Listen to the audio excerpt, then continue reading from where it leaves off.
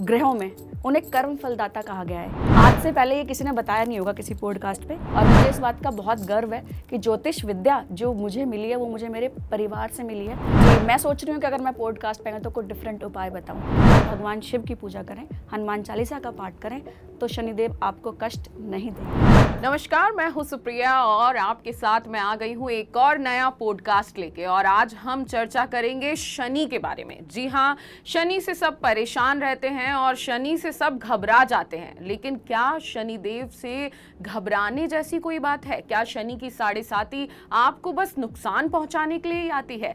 यही सब सवालों के जवाब देने के लिए आज हमारे साथ मौजूद हैं एस्ट्रोलॉजर मंजू शर्मा जी। मंजू जी, आपका बहुत बहुत स्वागत है। धन्यवाद सुप्रिया जी। हरे कृष्णा सभी को। मैं ज्योतिष आचार्य मंजू शर्मा आप सबका स्वागत करती हूँ। और आज जो ये भ्रम फैले हुए हैं, मिथ हैं, उन्हें दूर करने के लिए मैं आई हूँ, स्पेशली शनिदेव के ऊपर। जी, तो मंजू जी, सबसे पहला ये सवाल रहेगा कि शनि से सब घबराते हैं। जैसे ही शनि की साढ़े साती शुरू हो जाती है या ढैया शुरू हो जाती है, सब सोचते हैं कि अब तो हमारी जिंदगी खत्म हो गई। तो सबसे पहले आप बता दीजिए, शनि है क्या? एक्चुअली शनि बेसिकली ना ग्रहों में उन्हें कर्म फलदाता कहा गया है कि जैसे आप कर्म करोगे वैसे ही आपको फल मिलेगा। अब कर्म इंसान कैसे करता है? अब हम सोचते हैं कि सीसीटीवी कैमरा लग रहे हैं, मैं यहाँ गलत ना करूँ, शायद मुझे पुलिस पकड़ लेगी, मुझे कोई देख लेगा। लेकिन हम ये भूल जाते हैं कि जो सीसीटीवी कैमरा 24/7 परमात्मा का लगा है, वो भी तो हमें देख रहा है।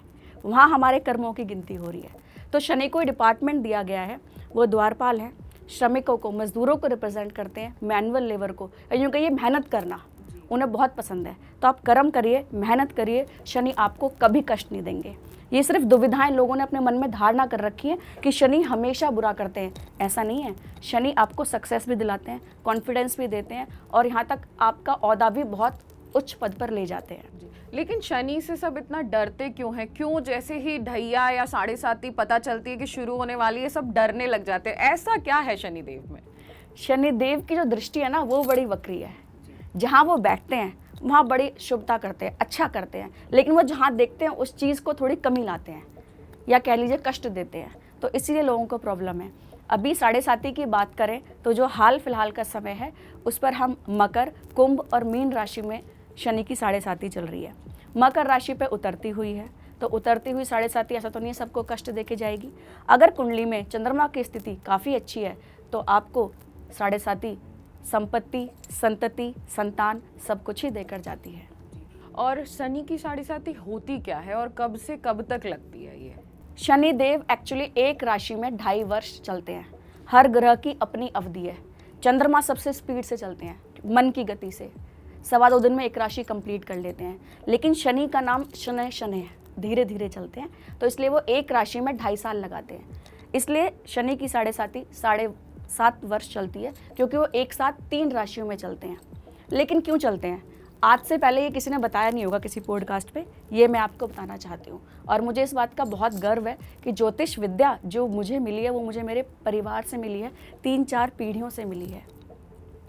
तो मैं आपको बताऊंगी कि शनि की साढ़े साती 3 राशियों पे क्यों होती है। एक पर भी हो सकती है, क्योंकि सभी ग्रह तो एक ही में गोचर करते हैं। शनि उसमें क्यों? शनि के पैर में चोट है, या यूँ कह सकते हैं वो लंगड़े हैं, उनके कमर में भी चोट है। जब कोई मनुष्य कुर्सी पे बैठता है तो वो अपना, जब चोट होती है तो एक पैर ऐसे आगे करके बैठता है, आप देख सकते हैं। और जब वो उठने की कोशिश करेगा तो हाथों को सपोर्ट लेके उठेगा। तो जब हमने पैर आगे किया तो वो पैर अगली राशि में चला गया, और जहाँ हम बैठे हैं वो प्रेजेंट राशि है, और जब हाथ पीछे करे तो पिछली राशि में चले गए। तो इसलिए शनि 7.5 साल 3 राशियों में चलते हैं। लेकिन इसका मतलब ये नहीं कि कष्ट देंगे। 3 तरह की साढ़े साती है ना, हृदय पे चढ़ती हुई, मस्तक पर, और चरणों से उतरती हुई, तो सबका फल अलग अलग है। तो जैसे किसी की राशि में साढ़े साती शुरू हो गई है, तो उसको क्या उपाय करने चाहिए जिससे शनि थोड़े शांत हो जाए? या शनि जो बोलते हैं कि कर्म फल दाता है, और ऐसा तो नहीं है कि सबने कर्म अच्छे ही करे होंगे, तो ऐसे क्या उपाय करें जिससे साढ़े साती का प्रभाव थोड़ा कम रहे? देखिए, अभी तो सावन का महीना चल रहा है। जो भगवान शिव हैं, महादेव, वो शनिदेव के गुरु हैं। सबसे पहले तो आप उनको मनाएं। जल और बेलपत्र से प्रसन्न होने वाले हैं, क्योंकि उनका नाम ही है भोलेनाथ। तो आप ओम नमः शिवाय का जाप करें, ये बेस्ट है। सावन में आप रुद्राभिषेक करा सकते हैं अगर शनि की साढ़े साती चल रही है तो ये और भी बेस्ट है आपके लिए। इसके अलावा आप शनि के मंत्रों का जाप करें। आप स्वयं ना करा सकें तो किसी ब्राह्मण द्वारा कराएं। और ऐसे छोटे छोटे उपाय करें जो हमारे जीवन में सार्थक हैं। उपाय सारे हमारे आसपास ही हैं, बस हम देख नहीं पाते और उन्हें समझ ही नहीं पाते। तो शनि, मैं थोड़ा और विस्तार से जानना चाहूँगी कि शनि हमारे जीवन पे क्या प्रभाव डालते हैं। शनि जो हमारे जीवन में अगर 7.5 आ जाती है, ढैया आ जाती है, या ग्रहों के बारे में अगर हम जानें तो क्या प्रभाव होता है शनिदेव का? शनि बेसिकली आपको ये बोलते हैं कि आप अच्छे कर्म करो, सही राह पे आ जा, वरना मैं ले आऊँगा। और कोई लॉजिक नहीं है। वो सिंपली आपको बोलते हैं आप कर्म अच्छे करें तो सारी चीज़ें आपके अकॉर्डिंग हो जाएंगी, क्योंकि उन्हें डिपार्टमेंट दिया गया है, यूँ भी कह सकते हैं आप। तो उन्हें हर किसी को लगता है कि मेरा डिपार्टमेंट बेस्ट हो, मैं अच्छा करूँ, तो उनको ये है। और वो बहुत जल्दी प्रसन्न हो जाते हैं। ऐसा नहीं है, तेल के अभिषेक से बहुत जल्दी प्रसन्न होने वाले देव हैं। और शनिदेव के बारे में जो मिथ कहूँगी मैं फिर से, या भ्रम कहूँगी जो फैला रखे हैं लोगों ने, वो गलत हैं। वो आपको बहुत सुख दे के जाते हैं और आपको ये प्रेरित करते हैं कि मेहनत कर, पसीना बहा और सक्सेस प्राप्त कर। कितना अच्छा है, कर्म करें, फल की आशा ना करें, जो गीता भी कहती है। जी बिल्कुल। तो अगर मान लीजिए मेरे ऊपर शनि की 7.5 है, ठीक है, तो ज्योतिषों में भी ज्योतिष आचार्य जो हैं वो कई तरह के उपाय बताते हैं। तो आपके पास भी कुछ ऐसे उपाय हैं छोटे छोटे जिससे करने से 7.5 का प्रभाव थोड़ा कम हो जाए, या जो कुछ बुरा टाइम चल रहा है वो थोड़ा कम हो जाए? हाँ जी, मैं आपको 7.5 के उपाय बताऊंगी जिन्हें हर कोई कर सकता है। सबसे पहले तो संध्या काल के समय पीपल के वृक्ष पर दीपक जलाएं, ये सभी बताते हैं, लेकिन मैं आपको बताऊंगी कि सबसे पहले आप वट वृक्ष पर दीपक जलाएं लक्ष्मी प्राप्ति के लिए, क्योंकि जब शनि की 7.5 आती है तो आर्थिक समस्याएं बहुत ज़्यादा आती हैं। तो वट वृक्ष पर आप घी का दीपक जलाएं और उसके 5 मिनट बाद पीपल पर सरसों के तेल का दीपक जलाएं। ये बहुत ही बेस्ट उपाय है शनि के प्रभावों को कम करने का। दोनों हाथों से शनिवार के दिन पीपल के वृक्ष का स्पर्श करें, इससे आपके जो जीवन में कष्ट आ रहे हैं वो थोड़े कम होंगे। और दूसरा उपाय मैं आपको बताना चाहूँगी, जैसे कि आजकल अभी आप लगा लीजिए बच्चे पैदा हो रहे हैं या किसी को नज़र लग रही है, अब वो किसी की राशि कुंभ आ गई, तो अभी तो 7.5 चल रही है, तो वो पेरेंट्स बड़े परेशान हैं। ऐसे क्लाइंट मेरे पास भी आए कि बच्चा बहुत बीमार है, क्या करें क्या ना करें। तो उसके लिए आप एक लोहे की लीजिए, लोहे की डिब्बी में काजल, पहले मिलता था पुराने समय में, पता नहीं आजकल मिलता है कि नहीं, तो ना मिले तो आप खुद लाके बना के उसमें डालिए और उसको बच्चे के ऊपर से, या किसी बड़ा बुजुर्ग कोई भी बीमार हो, ये शनि की 7.5 चल रही है, उसको 11 बार क्लॉकवाइज उतार कर किसी वीरान जगह भूमि में दबा दे। तो इससे भी जो शनि के अशुभ प्रभाव हैं उनमें कमी आती है। मतलब ये उपाय हमें बच्चों के लिए करना है जो बड़े भी कर सकते हैं, अगर जो शनि की 7.5 से पीड़ित हैं और उनको नजर लग गई है या कुछ अच्छा नहीं चल रहा, तो ये बहुत आसान सा उपाय है। और पहले काजल आता था और अभी भी शायद आता होगा लोहे की डिब्बी में, बहुत ही आसान उपाय। ऐसे और कुछ छोटे छोटे अगर आप उपाय बता देंगे तो हमारे दर्शकों के लिए आसान हो जाए। जी, मैं सोच रही हूँ कि अगर मैं पॉडकास्ट पे तो कुछ डिफरेंट उपाय बताऊँ। तीसरा उपाय मैं आपको बताना चाहूँगी जिसपे शनि की 7.5 चल रही है, स्वास्थ्य बेहद खराब है, वो लोहे की बाल्टी में स्नान करना शुरू करें शनिवार के दिन से या शनि के नक्षत्र से। और अगर पात्र नहाने वाले से हम मग्गा बोल सकते हैं, अगर वो भी लोहे का हो तो शनि की 7.5 में बहुत ज़्यादा उसको रिलीफ मिलेगा। ये तो बहुत आसान उपाय है और ये वाला उपाय तो अभी तक शायद किसी ने बताया भी नहीं होगा।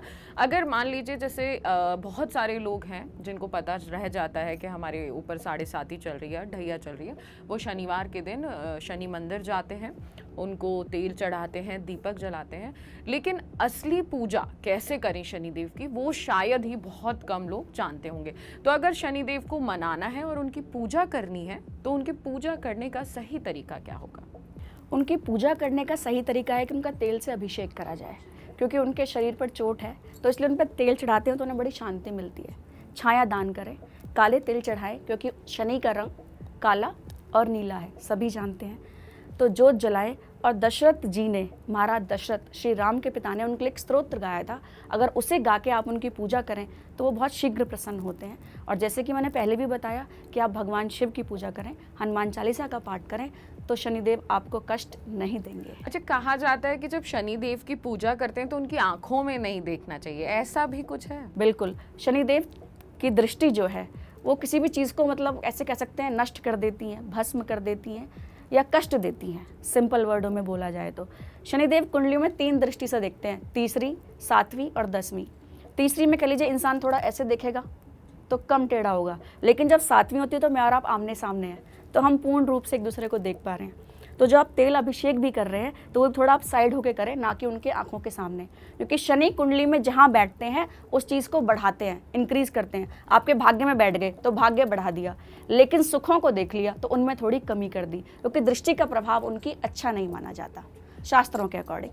तो जैसे शनि का, अगर मान लीजिए शनि की 7.5 किसी के ऊपर है, चाहे वो महिला है या पुरुष है, तो क्या क्या प्रभाव देखने को मिलते हैं, क्या क्या कष्ट मिलते हैं और क्या क्या चीज़ें होती हैं 7.5 के जी, दौरान? 7.5 में बहुत ज़्यादा कष्ट झेलने को मिलते हैं अगर चंद्रमा की स्थिति अच्छी ना हो या आपकी पोजीशन खुद शनि की अच्छी ना हो। ये तो शनि चालीसा भी अगर आपने पढ़ी होगी तो राजा नल, राजा विक्रम, जब सब पे शनि की 7.5 आई तो इतना कष्ट हुआ कि हम और आप सोच भी नहीं सकते।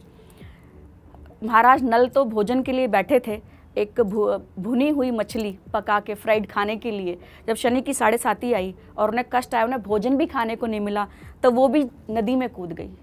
भूजी मीन कूद गई पानी, यानी कि पका हुआ खाना भी जो उनका था वो भी चला गया। ये शनि की 7.5 का प्रभाव है कि आपको कष्ट मिल रहा है। अब वो किस प्रकार मिल रहा है, आपने कैसे कर्म किए हैं, क्या किया है। जीवन में 3 ही समस्याएं हैं, शारीरिक, मानसिक और आर्थिक, चौथी कोई है ही नहीं। एक आ जाए 2 ऑटोमेटिकली आ जाती हैं। तो सबसे पहले तो फाइनेंशियल प्रॉब्लम होती है, फिर स्वास्थ्य खराब होता है और फिर आपका मन खराब होता है। तो अगर शनि हमारे ऊपर है और हमारी फाइनेंशियल कंडीशन बेकार हो चुकी है, तो उसके लिए भी कुछ उपाय हैं? जी, लक्ष्मी जी की पूजा करें। अभी मैंने आपको बताया कि जो बड़ के पेट पर दीपक जलाना है वो बेसिकली इसीलिए है कि किसी की जॉब ना लग रही हो या लक्ष्मी की प्राप्ति ना हो रही हो, तो इसको ज़रूर करें। अच्छा, शनि से अगर कोई पीड़ित व्यक्ति है तो उसके दाम्पत्य जीवन में कोई परेशानी आती है, ऐसा भी कुछ होता है? जी बिल्कुल, ग्रह क्लेश काफ़ी होते हैं घर में, संतान से ना बनना, ग्रह क्लेश होना, आपस में मनमुटाव रहना। जब मन खराब है तो स्थितियाँ अच्छी लगती ही नहीं है, लगता है कि सब कुछ बेकार ही है। तो ऐसे में सामने वाले के पास कुछ रह नहीं जाता सिवाय भगवान के पास जाने के, उनसे प्रार्थना करने के या आपके द्वारा बताए गए उपाय करने के। तो ऐसे में कुछ ऐसा है कि शनि की दृष्टि आप पे खराब है, तो कुछ ऐसे उपाय जिससे हमारा दाम्पत्य जीवन अच्छे से चले या जो हमारे बच्चे बिगड़ रहे हैं, क्योंकि कहा जाता है कि अगर मेरी राशि में कुछ गलत है या मेरी राशि में शनि बैठा है तो उसका प्रभाव मेरे पति पे, मेरे परिवार पे या मेरे बच्चों पे पड़ेगा। तो अगर ऐसा कुछ है तो उसका कुछ उपाय बता दीजिए। उपाय तो बहुत सारे हैं शनिदेव के करने के लिए, लेकिन फिर मैं सबसे पहले एक बहुत आसान उपाय बताऊंगी जिसमें कहते हैं ना, नमक लगे ना फिटकरी और रंग भी चोखा है, कि आप सब 108 बार ओम नमः शिवाय का जाप करें, भगवान शनिदेव के मंदिर जाएं। उपायों की तो कोई लिमिट ही नहीं है, आप कितने भी कर लीजिए। पर क्या इस भागदौड़ भरी जिंदगी में लोग उपाय कर पाते हैं? आधी बार तो हम रिकमेंड कर देते हैं, फिर भी लोग नहीं कर पाते क्योंकि समय की कमी है। लेकिन मंत्र जाप आप चैंट कर सकते हैं, गाड़ी में बैठे हुए, मेट्रो में जाते हुए, कुर्सी पे बैठे हुए, तो ये सबसे आसान तरीका है। तो अगर मेरे पास शनि की 7.5 है, उसका प्रभाव मेरे परिवार या बच्चों पे पड़ेगा? ज़्यादा तो आप पर ही पड़ेगा, क्योंकि आपके ऊपर चल रही है। आप अलग भोजन करते हैं, आपके बच्चे और परिवार अलग करते हैं। आपके कर्म अपने लिए हैं, उनके कर्म उनके लिए हैं। तो अब ये बहुत सारी हमने शनिदेव की बातें कर ली और बहुत सारी चीज़ें क्लियर कर ली, तो अंत में मैं यही पूछना चाहूँगी कि कैसे शनि को मनाएं और आपके द्वारा क्या करें क्या ना करें जिससे शनिदेव खुश रहें। कुंडली में 2 प्रकार के शनिदेव होते हैं, सभी की में, अशुभ और शुभ। सबसे पहले हम बताएंगे अगर शनिदेव शुभ हैं तो आप क्या करें उन्हें खुश करने के लिए। आप घर में नीले पर्दे लगा सकते हैं, नीली बेडशीट का प्रयोग करें, नीलम धारण करें, इनसे आपके शनि बहुत अच्छे हो जाएंगे। शनिवार के दिन काला कुत्ता पालें। शनिवार के दिन आप काले भैंसों को 800 ग्राम काले चने खिलाएं, क्योंकि भैंसा शनिदेव की सवारी है। बहुत लोग ये करते नहीं है, क्या कर नहीं पाते हैं, जो भी रीज़न है। तो ये पॉइंट मैं दोबारा बोलती हूँ कि 800 ग्राम काले चने शनिवार के दिन भैंसे को खिलाने से शनिदेव आप पर प्रसन्न होते हैं। इसके अलावा आप सरसों के तेल का तिलक लगाएं माथे पर, ये भी आज तक किसी ने नहीं बताया होगा। शनि की 7.5 में 43 डेज लगातार सरसों के तेल का मस्तक पर तिलक लगाना काफ़ी शुभ होता है। इसके अलावा आप हाथ में लोहे का कड़ा भी पहन सकते हैं। ये सारे उपाय हो गए शुभ शनि के। और अगर कुंडली में शनि अशुभ हैं, अशुभ प्रभाव दे रहे हैं, 7.5 कष्ट दे रही है, तो सबसे पहले आप नीले और काले कपड़ों से परहेज करें, उन्हें ना पहने, घर में काला कुत्ता ना पालें, काला भैंसा ला के ना रखें, इन सब चीज़ों को अवॉइड करें, शराब सिगरेट ना पिएं। और एक बहुत ही खास उपाय है, शनिवार के दिन शमशान घाट में लकड़ियाँ दें, लकड़ियों का दान दें, इससे शनि के प्रभाव कम होंगे। किसी लड़की का विवाह है तो उसमें भट्टी के लिए ईंधन दान करें, आजकल तो भट्टी चलती नहीं है, तंदूर वगैरह है, तो उन्हीं के लिए जो आप हेल्प कर सकते हैं वो सब चीज़ें ईंधन दान करें। ये बहुत ही ऐसे उपाय हैं कि जिनसे जो शनि की साढ़े साती चल रही है या ना भी चल रही हो वो लोग भी करें तो भी इसकी जो अशुभ फल हैं उनमें कमी आएगी, आपको कहीं ना कहीं रिलीफ और रिलैक्स मिलेगा ही मिलेगा।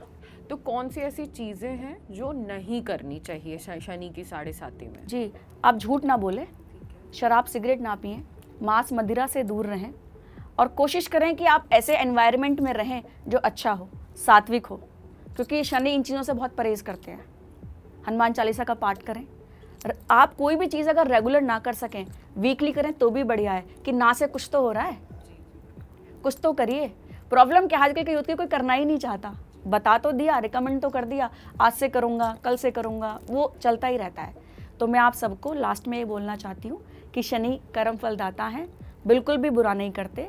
उनकी साढ़े साती अच्छा भी करती है और बुरा भी करती है, वो डिपेंड करता है कि आपकी कुंडली में उनकी पोजीशन क्या है। और कोई समस्या भी है तो उसका समाधान भी है। अगर आपकी राशि में साढ़े साती है या ढैया है तो उसके तमाम समाधान हैं जिससे शनि का प्रभाव, शनि की साढ़े साती का प्रभाव आप कम कर सकते हैं। अब ये तो हो गई शनि देव की बात, लेकिन शनि देव की बात आए और सूर्य देव की बात ना हो तो ऐसा तो हो ही नहीं सकता, क्योंकि कहा जाता है कि सूर्य देव शनि के पिता हैं और दोनों में आपस में नहीं बनती। तो सूर्य और शनि अगर साथ हों तो उसका क्या प्रभाव पड़ता है, और अगर हमारी राशि में सूर्य है तो उसका क्या प्रभाव होगा? सबसे पहले मैं सूर्य के बारे में बताना चाहूँगी।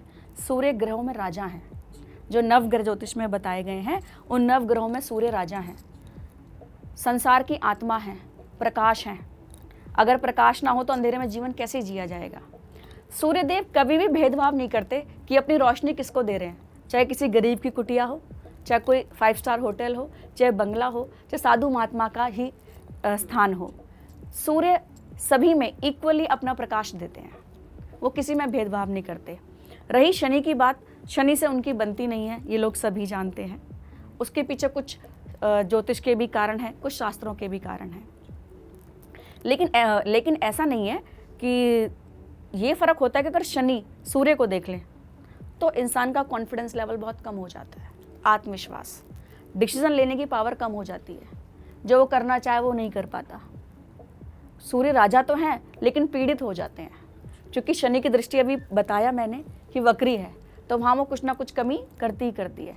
लेकिन सूर्य के अपने प्रभाव हैं। अगर कुंडली में सूर्य स्ट्रॉन्ग है तो जितने भी आप देखेंगे चीज़ें हैं, कॉन्फिडेंस की हैं, पुलिस की हैं, आर्मी की हैं, राजनेताओं की हैं, सब सूर्य ही दे रहे हैं। उनके पास इतनी पावर है कि वो आपको नीचे से ऊपर लेके जा रहे हैं, क्योंकि मैंने अभी बताया आपको राजा हैं, संसार की आत्मा है। आत्मा के बिना शरीर किस काम का। अगर सूर्य ही ना हो तो जीवन चलेगा कैसे। बिल्कुल सही बात है, लेकिन कहा जाता है कि सूर्य आए दिन जैसे गोचर करते रहते हैं, और अभी भी सूर्य शुक्र में गोचर करने वाले हैं, तो उसका क्या प्रभाव रहेगा?